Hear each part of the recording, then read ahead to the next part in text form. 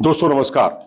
बेशक Ranji trophy cricket की राष्ट्रीय चैंपियनशिप हो, लेकिन एक सच ये भी है कि जो क्रिकेट प्रेमी है वो इस रणजी ट्रॉफी में से अपने पसंद की चीजें ढूंढते हैं। मसलन किस खिलाड़ी ने, राष्ट्रीय खिलाड़ी ने या किस अंतर्राष्ट्रीय खिलाड़ी ने कैसा परफॉर्मेंस किया, किस आईपीएल के खिलाड़ी ने कैसा परफॉर्मेंस किया। तो मैच तो यहाँ मुंबई में चल रहा था, एक मुंबई और तमिलनाडु का, और दूसरा मैच चल रहा था विदर्भ में, विदर्भ और मध्य प्रदेश के बीच। लेकिन जो क्रिकेट प्रेमी हैं उनकी नजरें टिकी हुई थी आईपीएल के खिलाड़ियों पर। जी हाँ, यहाँ बात मैं कर रहा हूँ शार्दुल ठाकुर की, और शार्दुल ठाकुर ने सेंचुरी बनाई, 2 विकेट चटकाए, दूसरी पारी में फिर 2 विकेट चटकाए। और इसी तरह से तुषार देशपांडे जो कि मुंबई के तेज गेंदबाज हैं, उन्होंने 3 विकेट चटकाए, और जो अच्छे विकेट चटकाए प्रदोष रंजन जो इंडिया ए की तरफ से खेलते हैं उनको उन्होंने आउट किया, साई किशोर को आउट किया, बाबा इंद्रजीत सिंह को उन्होंने आउट किया। लेकिन चेन्नई सुपर किंग्स का खेमा जो है खुशी से झूम रहा था।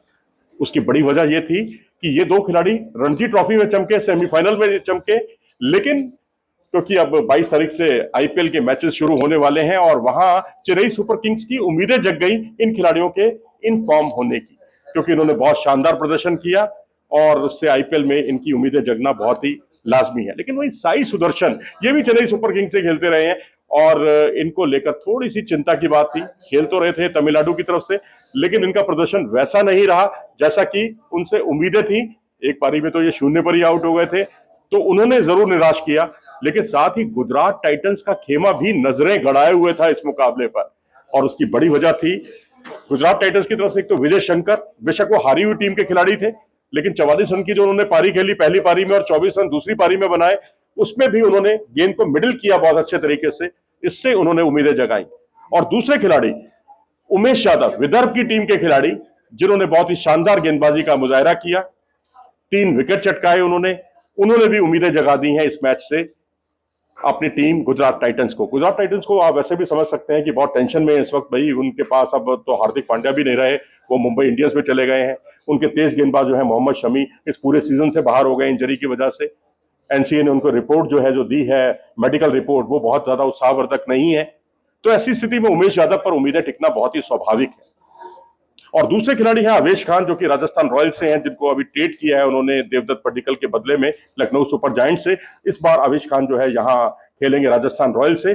राजस्थान रॉयल्स का जो खेमा है वो भी खुशी से झूम रहा था, क्योंकि पहली पारी में उन्होंने 4 विकेट चटकाए थे, और उसके अलावा 1 विकेट उन्होंने दूसरी पारी में चटकाया। मध्य प्रदेश की तरफ से खेलते हैं आवेश खान। तो गुजरात टाइटंस हो, राजस्थान रॉयल्स हो, चेन्नई सुपर किंग्स हो, इन तीनों टीमों की बातें खिली हुई दिखाई दी, खासकर रणजी ट्रॉफी के दोनों सेमीफाइनल मुकाबलों में, क्योंकि यहां चमके सितारों से बहुत ज्यादा उम्मीदें आप कर सकते हैं आईपीएल में। तुषार देशपांडे, जो बिल्कुल पिछले साल तक बिल्कुल गोलू मोलू टाइप के एक प्लेयर दिखाई देते थे, इन्होंने रफ्तार भी अच्छी पकड़ी, 140 किलोमीटर प्रति घंटे की रफ्तार से भी गेंदबाजी की। और अब आप अंदाजा लगा सकते हैं कि रणजी ट्रॉफी का सेमीफाइनल मुकाबला हो, डोमेस्टिक क्रिकेट है, और वहां पर आप 140 की रफ्तार से गेंद कर रहे हैं, तो इसका मतलब है कि आईपीएल में आप और ज्यादा रफ्तार पकड़ने वाले हैं, क्योंकि इतनी रफ्तार पिछले सीजन में नहीं थी इनकी। इस बार इनकी वो रफ्तार देखते ही बनती थी। शार्दुल ठाकुर में एक अलग तरह की मैच्योरिटी दिखाई दी, जिस तरह से उनकी गेंदें अंदर की तरफ आ रही हैं, स्विंग पर बहुत अच्छा कंट्रोल है, ये काबिले तारीफ है।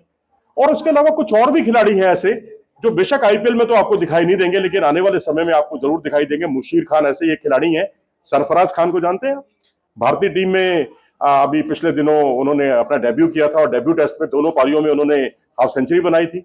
उन्हीं के भाई हैं मुशीर खान, जिन्होंने पिछले मैच में बड़ौदा के खिलाफ जो है डबल सेंचुरी बनाई थी अपने डेब्यू मैच में।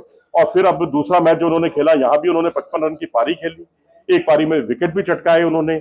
लेफ्ट आर्म स्पिन बॉलिंग करते हैं, राइट हैंडेड बैट्समैन है ये, इन पर सबकी नजरें टिकी हुई हैं। और इसके अलावा मोहित अवस्थी हैं, जो दाएं हाथ के तेज गेंदबाज हैं। पहली पारी में 1 विकेट, दूसरी पारी में 2 विकेट। ये खिलाड़ी भी इनकी गेंदें जो है अंदर की तरफ आती हैं कट करके। तो ये खिलाड़ी भी भविष्य का एक अच्छा सितारा बनता हुआ दिखाई दे रहा है, जो कि मुंबई से खेलता है। इसके अलावा तनुज कोटियान, जो कि 10वें नंबर के बल्लेबाज हैं, जिन्होंने बड़ौदा के खिलाफ पिछले मैच में सेंचुरी बनाई, जहां भी 80+ का स्कोर खड़ा किया।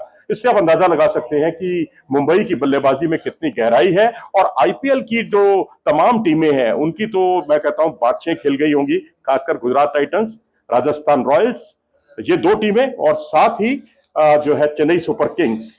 क्योंकि यहां से तुषार देशपांडे तेज गेंदबाज जो बल्लेबाजी भी कर लेते हैं, और साथ ही दूसरे खिलाड़ी शार्दुल ठाकुर जिन्होंने अपने ऑलराउंड खेल से सबका दिल जीत लिया है। अपनी राय दें इस बारे में कि ये खिलाड़ी जो है इन पर कितनी नजरें रहेंगी आईपीएल में, और आईपीएल में ये कैसा परफॉर्म करेंगे, क्योंकि रेड बॉल क्रिकेट और व्हाइट बॉल क्रिकेट की प्रवृत्ति बिल्कुल अलग तरह की होती है। लेकिन गेंद को मिडिल करना और गेंदबाजी में कहर बरपाना, ये दोनों चीजों के मायने होते हैं। तो आप उम्मीद कीजिए कि ये कुछ अच्छा करेंगे आईपीएल में और अपनी टीम के लिए ये तारनहार साबित होंगे। और अपनी राय दें कमेंट सेक्शन में जाकर। अगर आपको ये वीडियो पसंद आया हो तो इसे लाइक करें और चैनल को सब्सक्राइब भी करें। नमस्कार।